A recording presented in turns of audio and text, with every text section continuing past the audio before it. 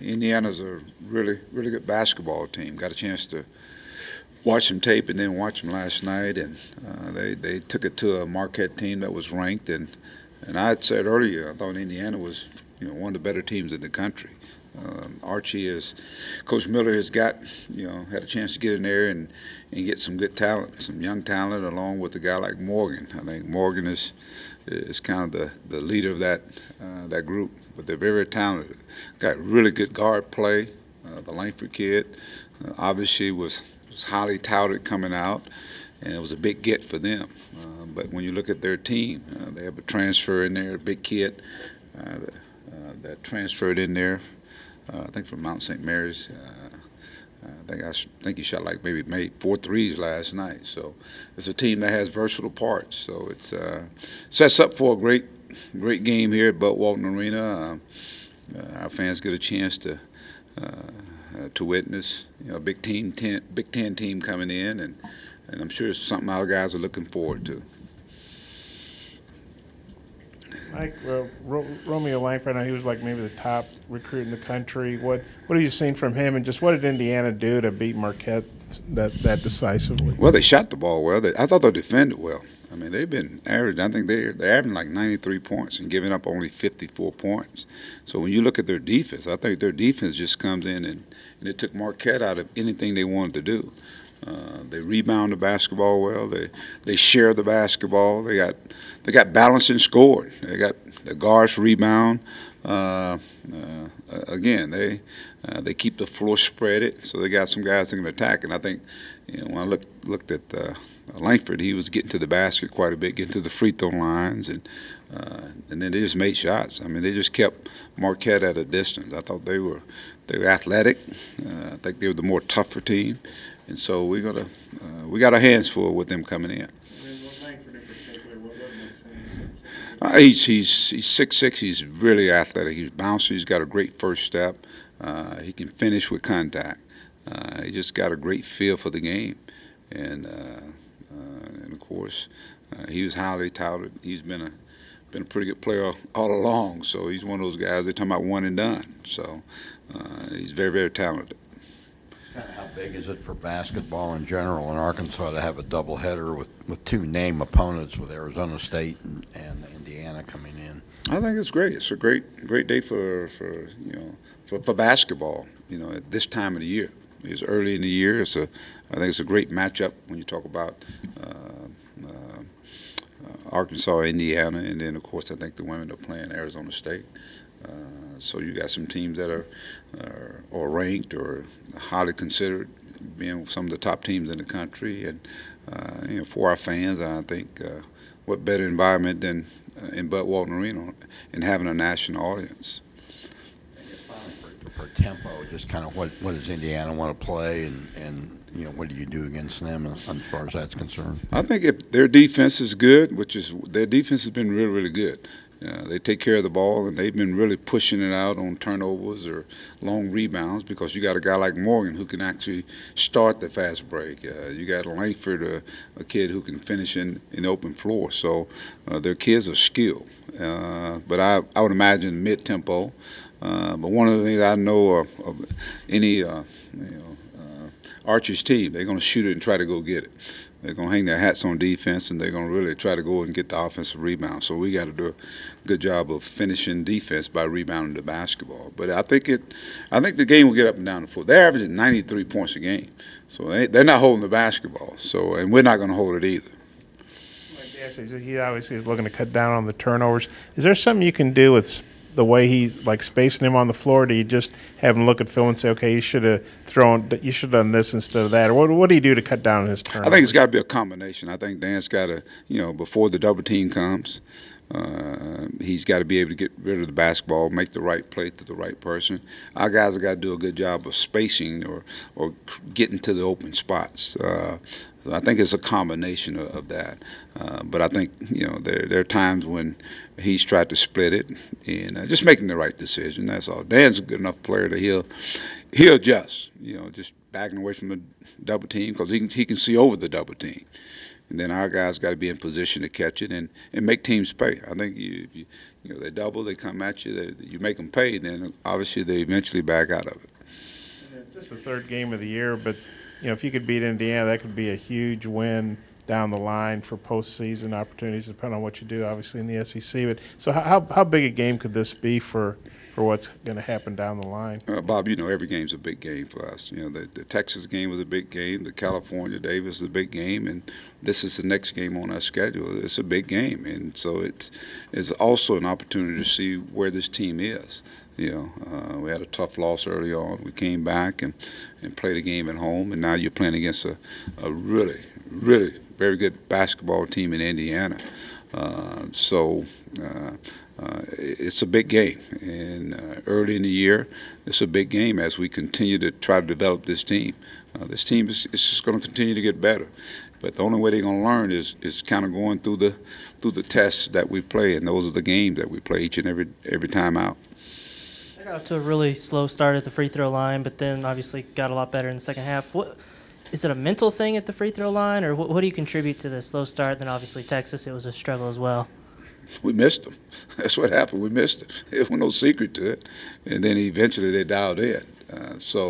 This is a different setting for a lot of guys, different roles. And so a lot of times the nerves are getting going, you know, because these guys, we work a lot shooting free throws, and those guys do work on it a lot themselves. So it's just a matter of confidence, getting up there and making them.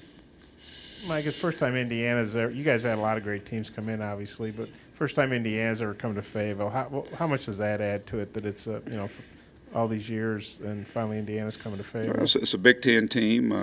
We had, I think my first year we had Michigan in here, so it's a team out of the Big Ten, and I think from a league standpoint, SEC Big Ten, I think that's I guess you can look at it from that standpoint, but in terms of all teams are so good nowadays, you know, and of course you got another Power 5 team coming in here, so that's how I look at it, and that's how our team looks at it. You know, you got a team coming in here that's you know, it's no different than when Archie came in here with Dayton.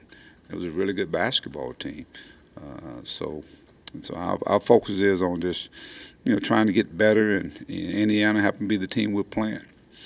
Even though Texas, you know, the final was disappointing, how much do you think having already played a big team like that, an experienced team, can help you for this game? No, we'll find out. I mean, we'll find out from game to game. This is going to be a game-to-game situation with this team here.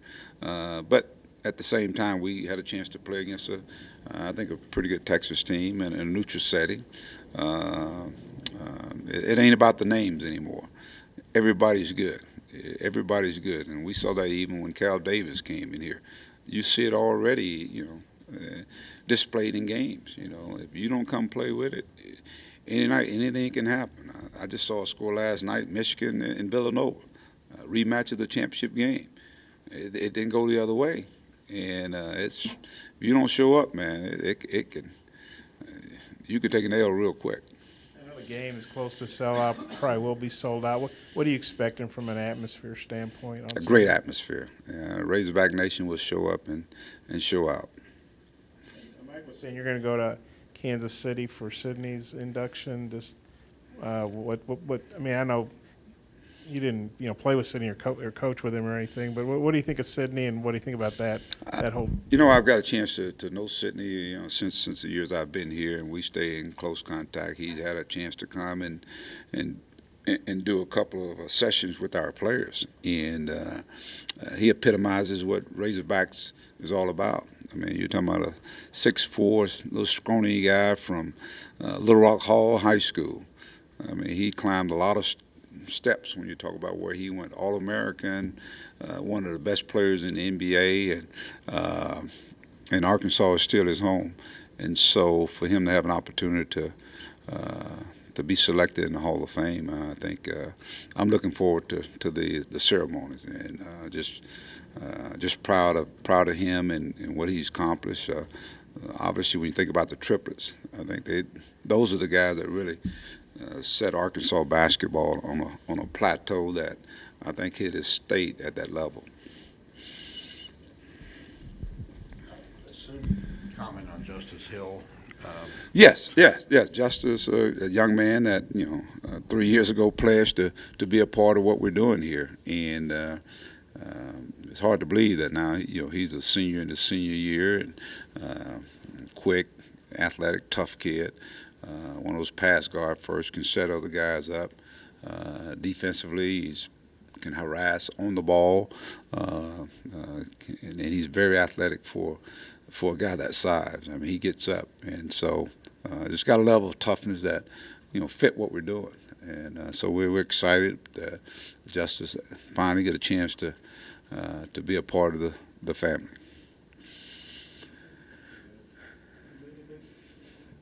You mentioned he's been committed for like 3 years now. I mean, how long has he been on your radar, and how long have you been like aware of him as a player, and what's it like to finally actually have him committed or signed? Well, he played with a lot of these guys that are on our team right now, but I think through the progression, I think that's the thing that has stood out. I mean, I think different phases of his game has gotten better each and every year. Even from the time he said, "I want to be a part of what you're doing," there's still that evaluation process from our standpoint. So, but he's had an opportunity to play against some of the better players in the country, and I thought there were times where he thrived. So he put himself in a position where he's just a baller, really. You put any kind of ball in his hand, that's the thing about him. You put a football in his hand, he does some remarkable things. Now he got a basketball in his hand. I have to ask Fitz, did he play in the baseball too? Yeah, speaking of football, I think he said he had talked to Chad Morris about maybe playing some football. Have you and Chad talked, and how's that? You going to share him? How's that going to work out? I hadn't talked to him. We hadn't talked. I guess the UA announced they're going to honor the national championship team. Obviously, you're a big part of that team. What are your thoughts on that, and kind of honoring them, wearing throwback uniforms? And is there any chance of bringing the slobbering hog? I know they're talking about the slobbering hog on like shirts. Is there any talk of bringing the slobbering hog back on the court? How would you feel about that? Tradition, man. When you think about tradition, what took place back there was some magical times. I think it's great that they get a chance to honor them, and that was part of even in the red-white game when Corey Beck and Elmer Martin. I want to get them back involved and being around it, and but it's hard to believe it's been 25 years. And like I said, the slobbering hog coming back. I'm sure a lot of things will come back, during that time, the celebration. So, the one thing I told our guys, let's make it a special season.